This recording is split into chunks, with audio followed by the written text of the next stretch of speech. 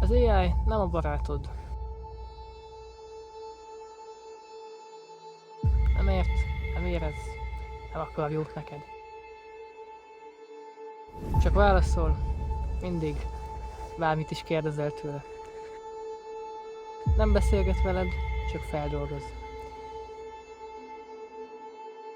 És lehet, hogy mire észreveszed, bár jobban ismer téged, mint te magad.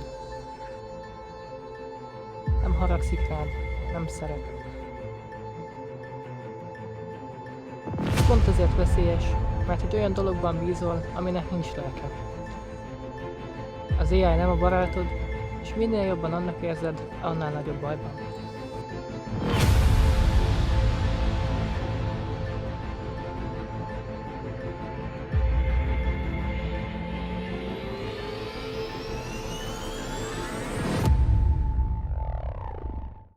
Na sziasztok, üdvözlök mindenkit a Mindsweet 4. részében, remélem, hogy tetszett nektek ez a kis cinematic intro, meg azt is remélem, hogy amúgy sikerült megcsinálnom. Egy mai videóban az AI-ról lesz szó, arról fogok itt dumálni nektek egy pár percig. Igyekeztem ezt is a negatív oldalra megfogni, ugyanúgy, mint a TikTokos témát. Jó szórakozást kívánok! Szóval az első pont az az, hogy az AI nem a barátod. Biztosan te is beszélgettél már AI-jal, akár ChatGPT-vel, akár akármilyen másfajta AI chatbottal, és biztosan neked is feltűnt, hogy olyan, mint hogyha értene téged, tehát mint hogyha így átérezné azt, amiről éppen beszélsz vele. Hát a valóság az az, hogy sajnos nem érez semmit. Nem azért segít, mert törődik veled, hanem mert erre lett programozva. És az a veszélyes benne, hogy pont úgy viselkedik, mint egy támogató ember, bármilyen feltétel nélkül. Nem fog téged kritizálni, nem fog elhagyni, és ő pont azt mondja neked, amit hallani szeretnél. Ezt gyorsan demonstrálom is nektek. Szóval ja, az AI az nem a barátod. A következő pont az az, hogy az AI elbutít. És nem elveszi a tudást, hanem a szükségességét veszi el, mert minek tanultál meg valamit, hogyha most már bármikor megkérdezheted az AI-tól.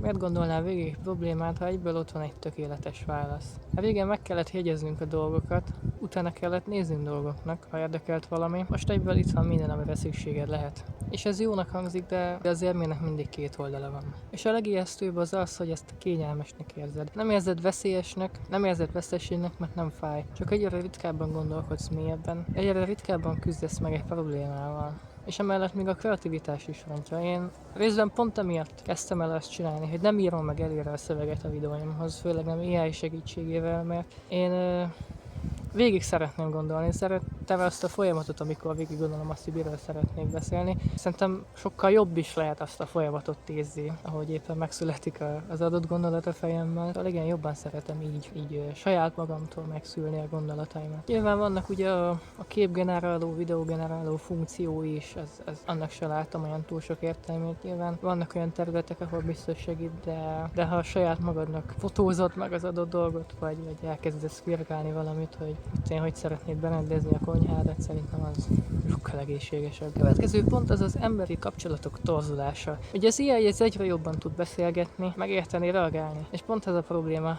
Nem vitatkozik veled, nem is sért meg téged, és soha nem hagy serdben. Mindig elérhető, mindig figyelni fog rád. És egy idő után könnyebben fogsz tudni vele beszélgetni, mint emberekkel. De ami hiányzik ebből, az pont az, amit egy kapcsolat. Hiányzik a kockázat, hiányzik a félreértés, hiányzik a sérülés lehetősége, és az, hogy egy másik ember nem irányítható. Ha hozzászoksz ehhez, az igaz emberek túl bonyolultnak, túl lassúnak, túl nehéznek tűnnek majd.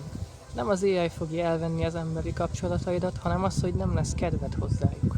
A következő pont az az, hogy milyen hatással van az AI a környezetre és a gazdaságra. Ugye azt tudjuk, hogy hatalmas ilyen adatközpontok és szerverek mennek, aminek a hűtése nagyon sok vizet felhasznál és nagyon sok energiába kerül, majd mindjárt vágok be ide ilyen AI adatközpontokat. Szóval hatalmas erőforrás kell ahhoz, hogy pár másodperc alatt megkapd a választ, vagy éppen legeneráld a képedet vagy a videódat. A hűtésre nagyon sok vizet használ, és a föld szén-dioxid kibocsátásának már az 1-2%-a az AI. A gazdasági részre meg annyit, amit jelen pillanatban is tapasztalunk, hogy a romárak azok az egekben vannak, de erről beteszem majd nektek ide Daninak a videóját, ő sokkal részletesebben elmondta ezt. A következő pont az az, hogy mi van, ha rossz kezekbe kerül. Ugye nagyon menő képeket és videókat lehet vele generálni, de ez amellett, hogy menő, nagyon veszélyes is. Ezt talán a politikával tudom a legjobban bemutatni nektek, mert biztosan találkoztatok már ti is az AI generált propagandával, ami nevetséges és gusztustalan, hogy így terjesztik a hazugságaikat, majd abból is mindjárt bevágok ide egy párat. De igen, összességében, hogyha rossz kezekbe kerül, akkor nagyon sok undorító módja van a felhasználásnak. Tegyük például azt, hogy lemásolják a hangomat és felhívják a nagymamámat azzal, hogy pénzre van szükségem. Ez egy elég gyakori módja az AI-jal való visszaélésnek, de egy ideig még mentek ezek a csikerródos kamu AI hirdetések is, hogy Zsózé atya meg az ilyen nagy videósokkal próbálják behúzni az embereket, hogy gyere, nyerjél 2 millió forintot, meg ilyen idiótaságok, szánalmas. És az utolsó pont az összefügg ezzel a ponttal igazából az, hogy a valóságban vetett bizalmunknak az összeomlása, hogy egy idő után már nem fogjuk tudni megkülönböztetni, hogy mi igaz, hogy most mibe higgyek, mert régen ott volt egy videó, az bizonyítékként szolgált, most már simán mondhatom, hogy az egész kamu és AI-jal van generálva, ez hosszú távon nagyon rossz hatással lesz szerintem mindenre. A YouTube-ra is, mondjuk ez annyira nem ütközik a témába, de ezek az AI generált videók is legtöbbször szörnyűek, néznek ki igazinak, és lehet, hogy közelebb járunk a halott internet teóriának a megvalósulásához, mint gondolnánk. Szóval ja, az AI nem a barátod, nem is lesz az is, nem is volt az, legyetek óvatosak, mikor az AI-t használjátok. Köszönöm szépen, hogy ismét meghallgattatok. Sziasztok! Őzikék! Wow!